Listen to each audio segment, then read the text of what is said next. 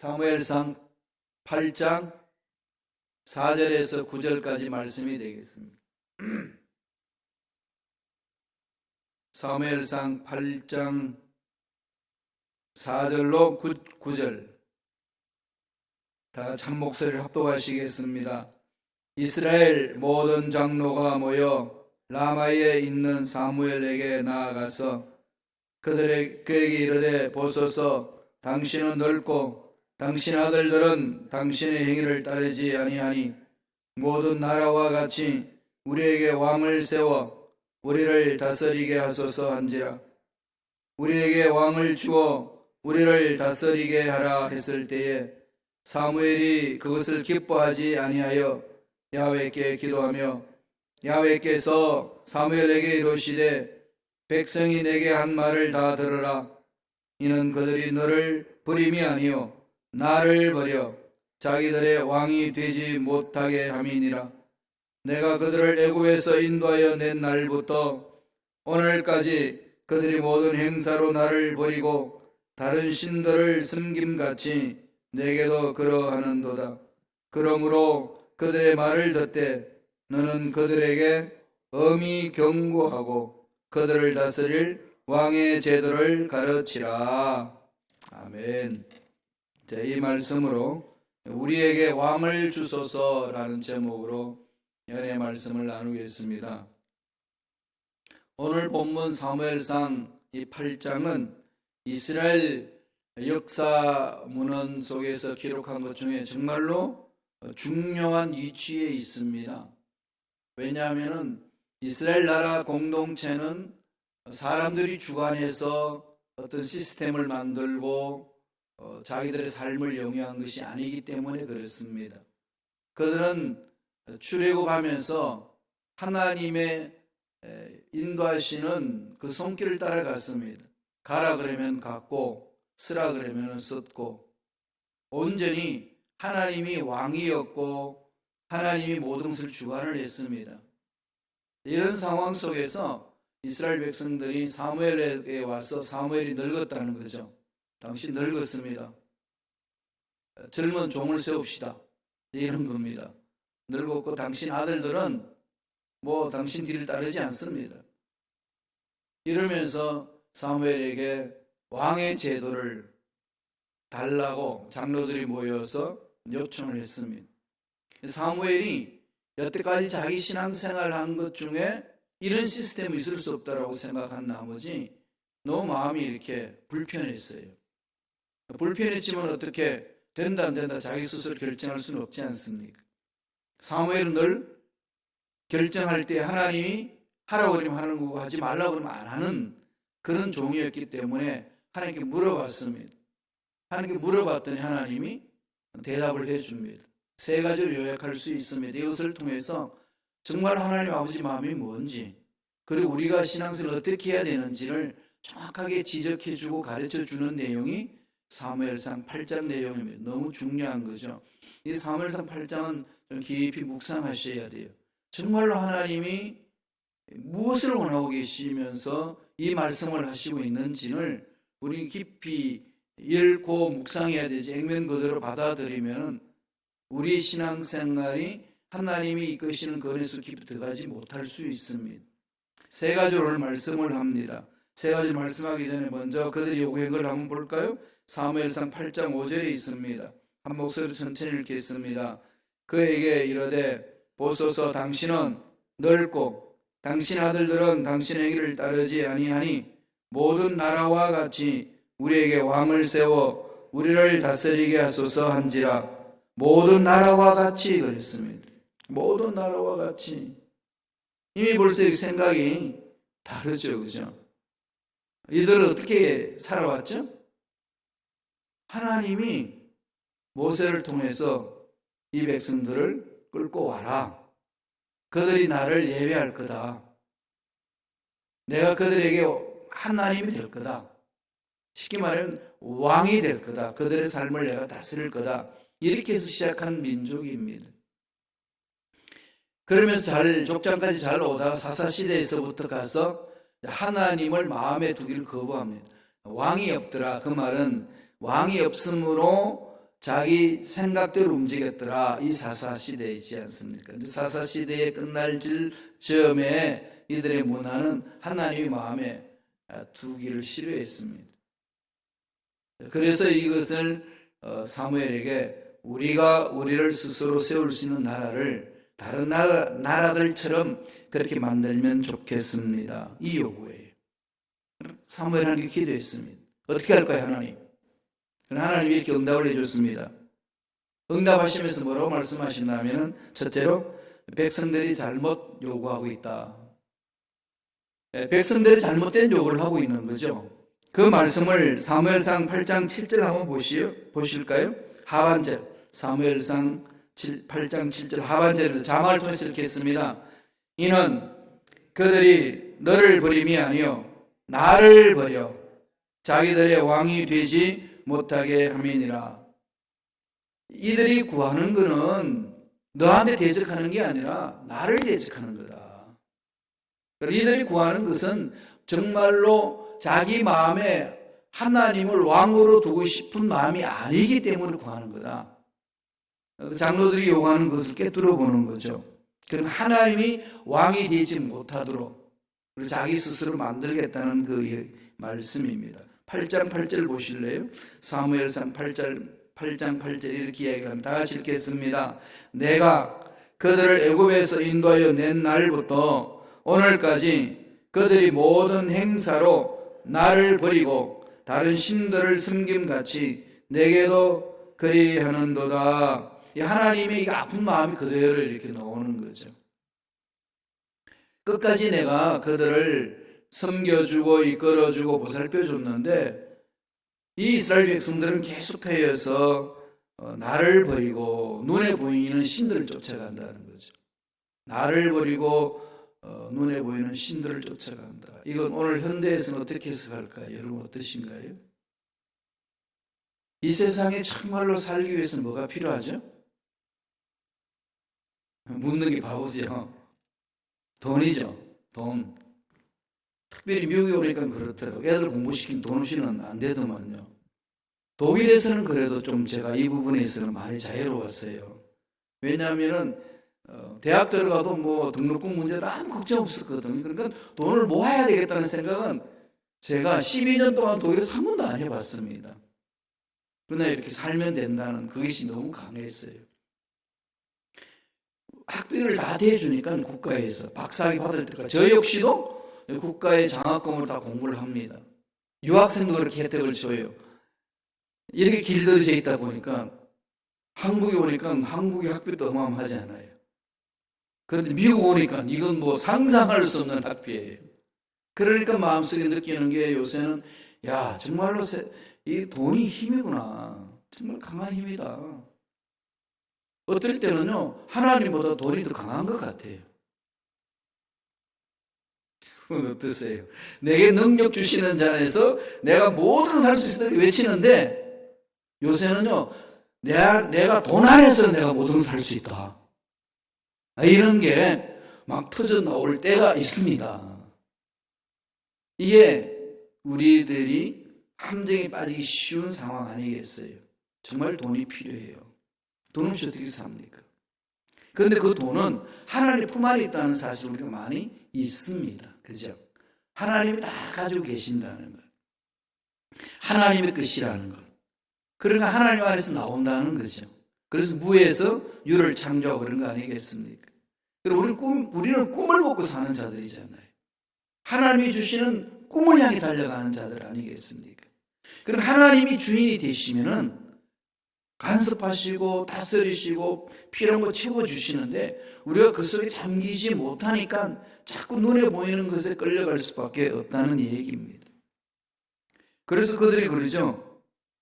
다른 신들을 섬김같이 내게도 그라도다. 다른 신들을 섬김같이. 그러니까 우리는 하나님보다는 돈이 더 가깝거든요. 일상생활에.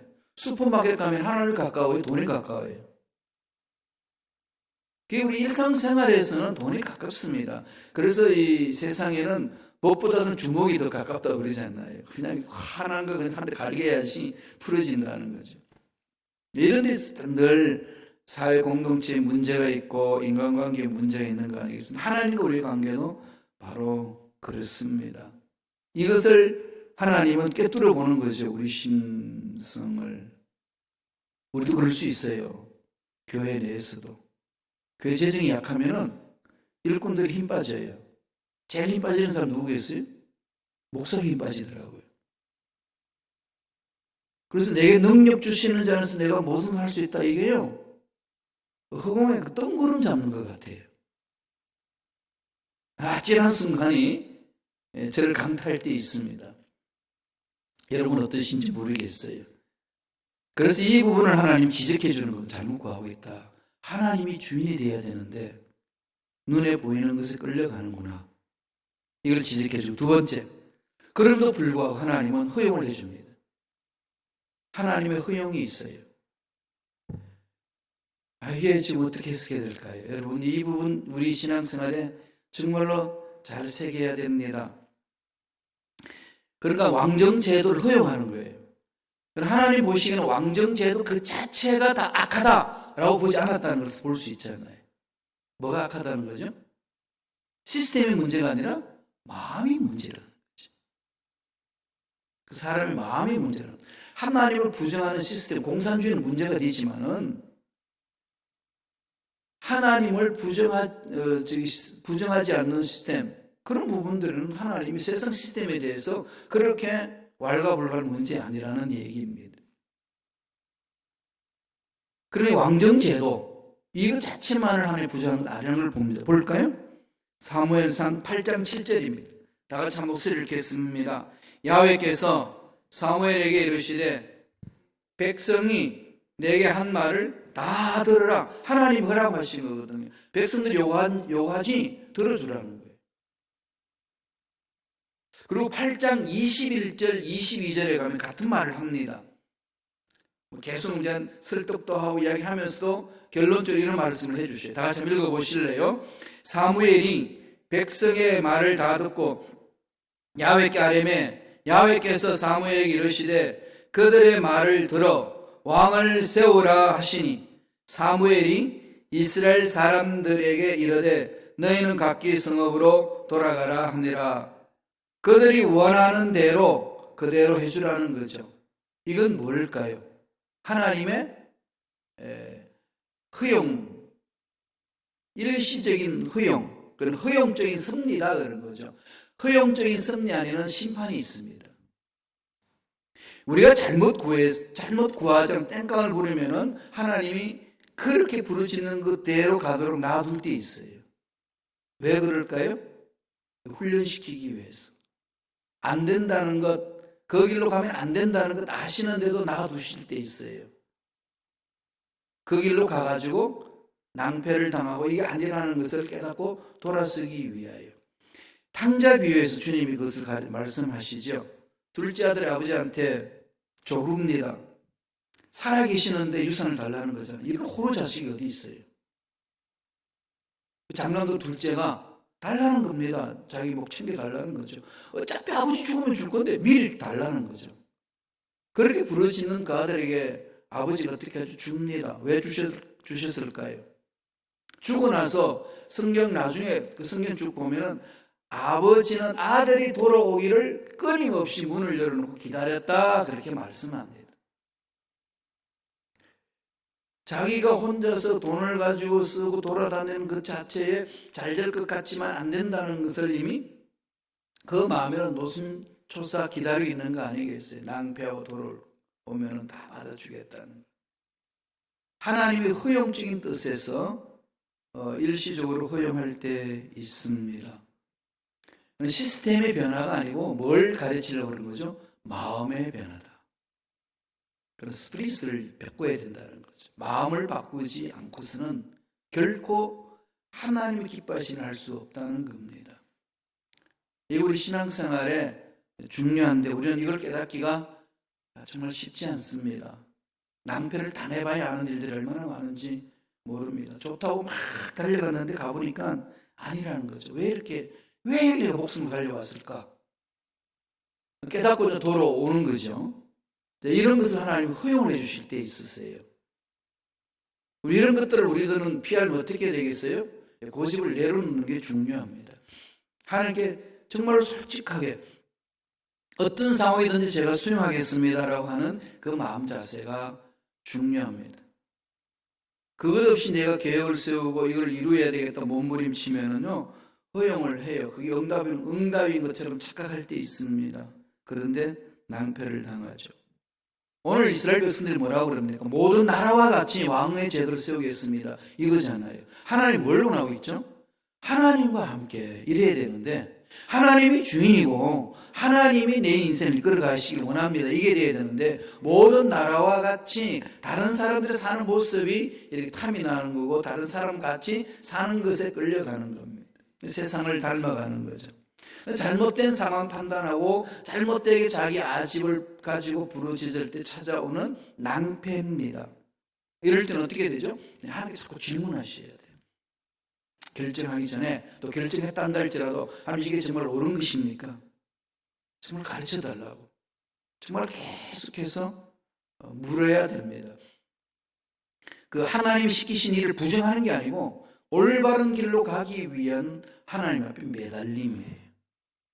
그래서 저도 시카고 와서 올 때부터 시작해서 이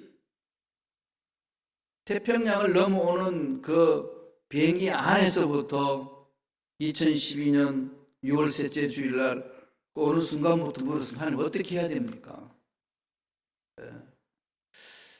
물론 우리 세계선교회 여의도 순복음교회에서 인사위원회에서 그러면 선교국장인 김 목사가 갔다 오세요라고 했지만은 그게 정말 하나님이 뭘 원하시는지 계속 묻고 또 묻고,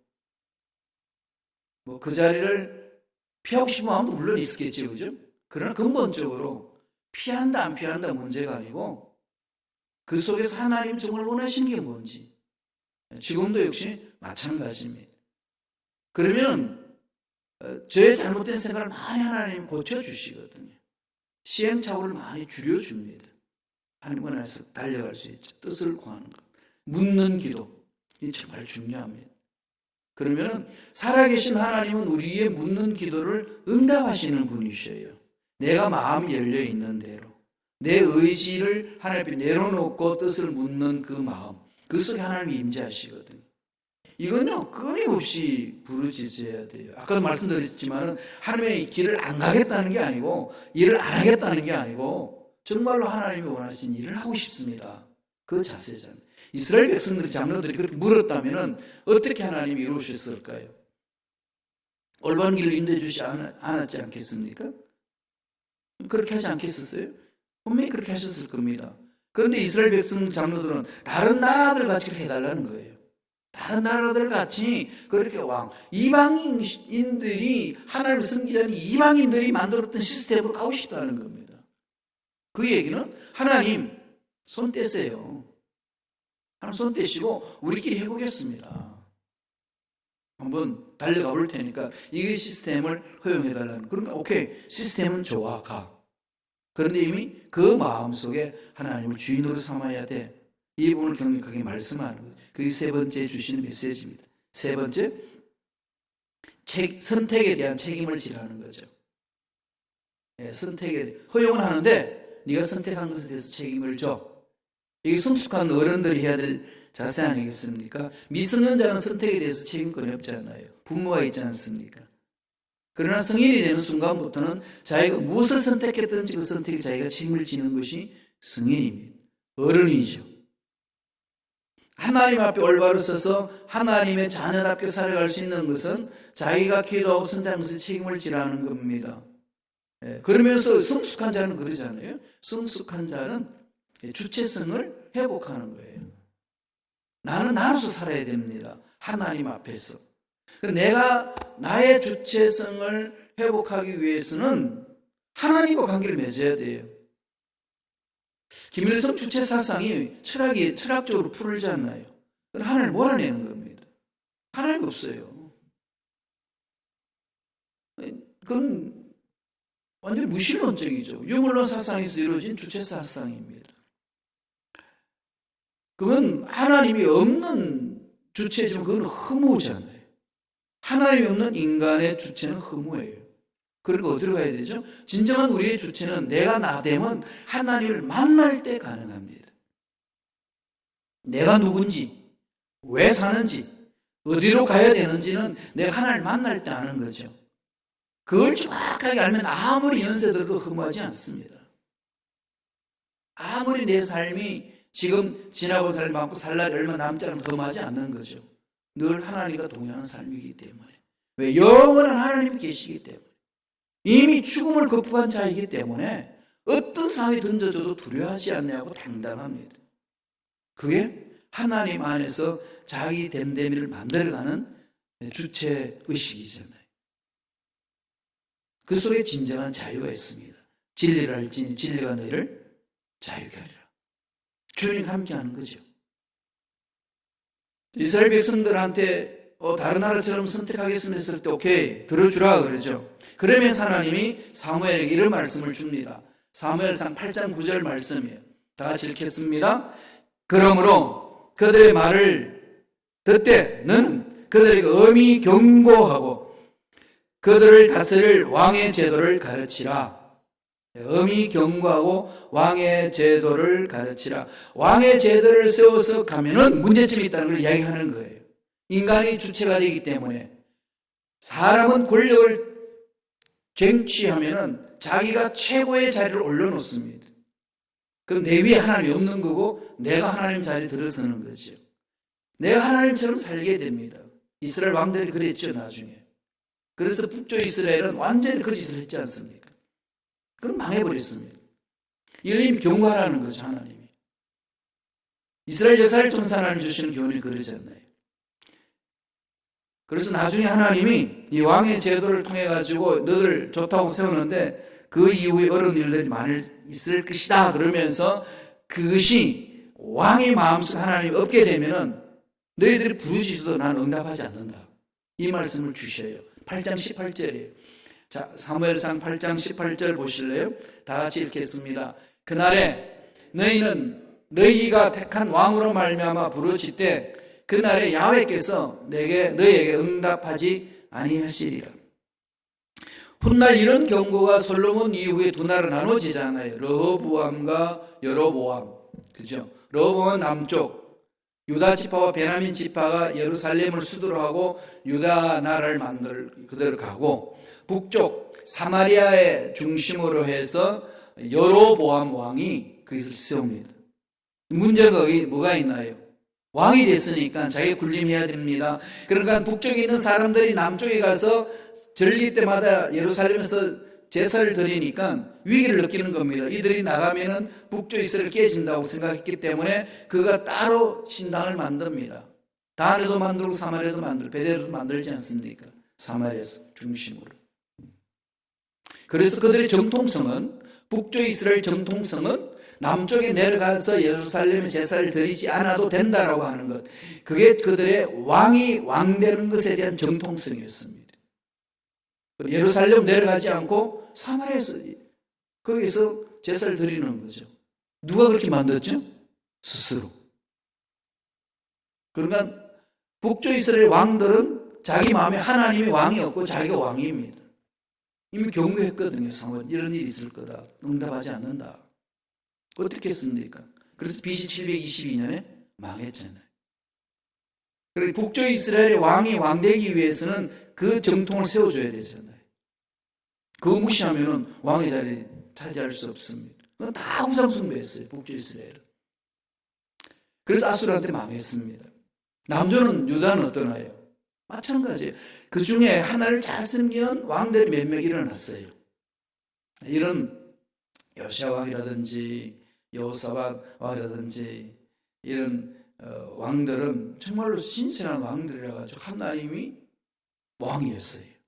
그럴 때는 나라가 왕성했습니다. 하나님과 함께했고 어떤 악의 세력이 와도 다 막아주셨어요.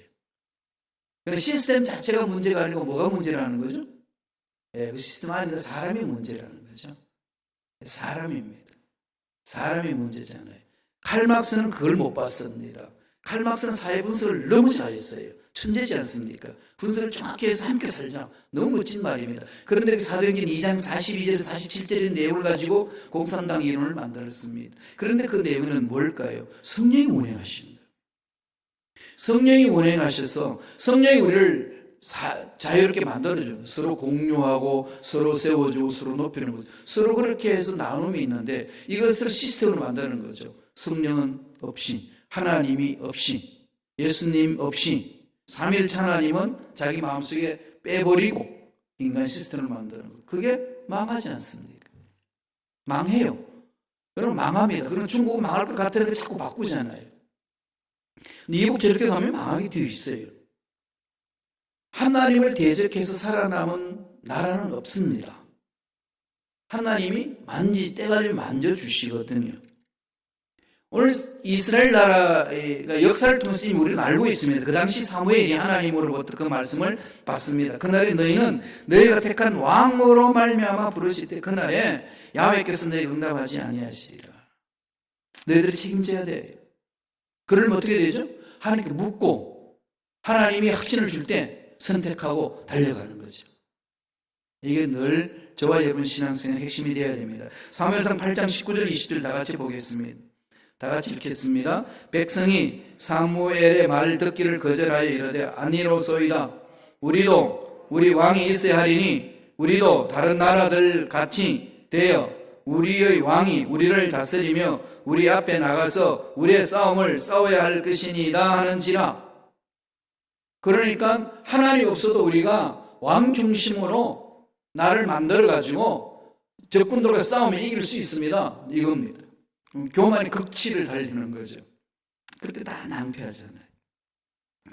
하나님이 주인이 되셔서 하나님이 무기도 가르쳐 주시고 전쟁 방법도 가르쳐 주시고 하나님 운행하심으로 이스라엘 백성들이 가나안 땅까지 들어왔지 자기들의 힘으로 들어온 것 아니지 않습니까?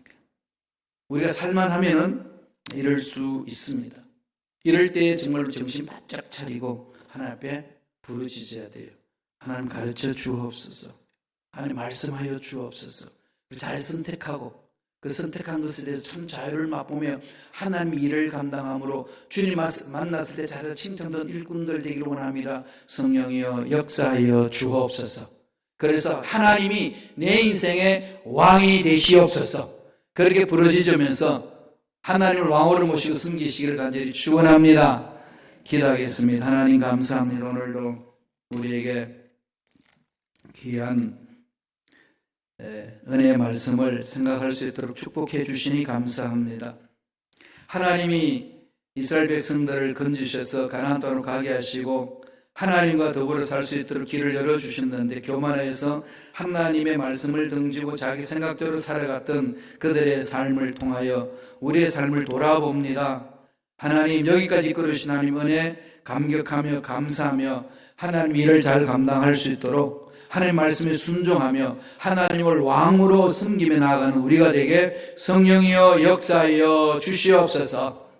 특별히 대한민국 일제제국의 침탈에서 벗어나게 하신 것도 하나님이요 북한 공산 정권에서 벗어나게 한 것도 하나님이시요 경제대국으로 세워주시는 것도 하나님이심을 우리가 고백하고 하나님이 우리 인생의 왕이 되도록 늘 신앙 고백하며 하나님 말씀에 순종하며 나아가는 우리 민족이 되게 하여 주시고 우리가 될 수 있도록 역사하여 주시옵소서. 이 미국 땅도 하나님 말씀 위에 서서 세운 나라, 다시금 하나님 말씀 위에 서서 모든 행정을 다스리고 국민들이 하나님의 말씀을 사모하며 기도하며 나아가는 미국이 될 수 있도록 성령님 역사하여 주옵소서. 세운 교회들마다 성령 충만하기를 원합니다. 특별히 우리가 섬기는 교회들마다 잠든 일꾼들 깨어나고 기도하고 부르짖고 말씀에 순종하며 나아감으로 하나님 기뻐하신 일들을 잘 감당할 수 있도록 역사하여 주시옵소서. 은혜 감사 예물 드립니다. 예물 드린 성결 기억해 주시고 30배 60배 100배, 1000배, 만배 복을 받아 누리며 하나님이 물질의 주인이시오 인생의 주인이시오 이 삶의 주인이심을 인정하고 하나님을 왕으로 모시며 살아가는 복된 손길들에게 축복하여 주시옵소서. 감사하고 예수님 이름으로 축복하며 기도드리옵나이다. 아.